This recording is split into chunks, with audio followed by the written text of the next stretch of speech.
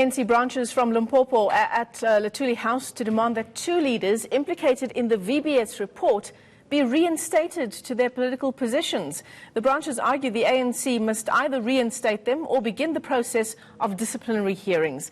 Well, ANC reporter Moloko Moloto is at Luthuli House. He joins us now live. Moloko, sort of a confusing move this by these ANC branches who are ironically from Limpopo. That's where the majority of the people who were scammed in the VBS looting are from. That is very true, Michelle. You'd remember that about 2 billion rand of investments by mainly poor people in that part of the country lost their monies, their savings, and also municipalities from mainly Limpopo and a few others from provinces such as Gauteng and Northwest deposited their monies into VBS, and they have lost those investments, if you like. Now, the ANC branches from that province are demonstrating outside Luthuli House today. They are demanding that the deputy chairperson, Florence Radzilani, who at some point was the executive mayor of Bembe municipality, one of the municipalities that deposited millions of monies, be reinstated as the deputy chairperson of the province, but also the provincial treasurer, Denim Sisa. But let me bring into this conversation Jimmy Machaka, who is the spokesperson of the ANC in the Peter Mokaba region, which includes Polokwane. Jimmy, thank you so much for agreeing to speak to us. Exactly why do you say the deputy chairperson and your treasurer be reinstated in the face of these serious allegations? Thanks very much. Let me make this very clear, is that we are here as members, as leaders of structures of the ANC, who are here to call for the return of both the deputy chairperson of the ANC and the treasurer, Comrade Denim Caesar and Florence Radzilani. The reason we are calling for their return is simply because since there have been some allegation that they've put the organization into disrepute, the organization has literally done nothing from that time up until to date.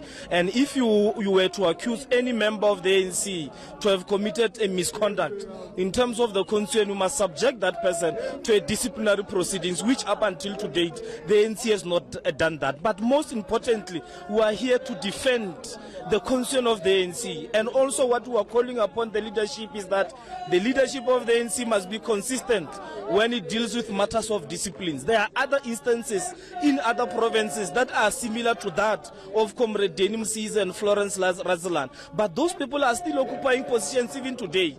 What the point we must never miss is that Denny and Florence were duly elected by delegates and structures of the ANC, and therefore they must return back to office. If the ANC has anything against them, they will deal with that aspect while they are back to office. Fair enough, but then do you not think that given the gravity of these allegations against them, returning them into office, perhaps you are also damaging the name of the ANC in a sense that you are bringing people with a clout?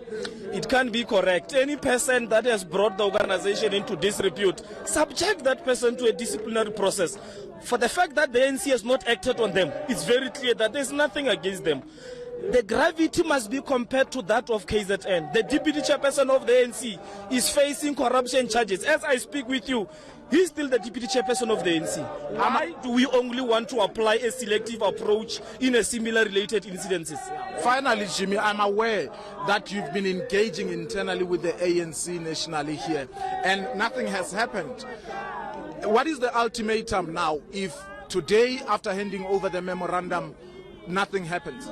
We are saying to leadership of the ANC that we have elected in Nazareth and that we love so much, we do not believe that how they've handled the issue of Denim Caesar and Florence is in the interest of the ANC nationally and also in the province. So we're saying to them, give us a hearing, re-look into this matter, bring these people back to the office in order for the province of Limpopo to have stability, in order to respect conference decisions. If the you'll understand, we do not just start here. We have been interfacing with the organization. We have reflected this matter as the Regional Executive Committee of the ANC in Peter Mokaba, and still we are not happy that there is progress, hence we are here today. Thank you so much for your time, Jimmy. Well, Michelle, I can tell you that earlier the officials in the office of the presidency, led by specifically Sibongile Besane, tried to come down and receive a memorandum of grievances from these branch members, and they refused to hand it over, insisting that an elected official, either from the president, deputy president, down to the national treasurer, one of them must come down to accept the memorandum. As matters stand, they went back to their offices. We don't know how they are going to be dealing with this going forward.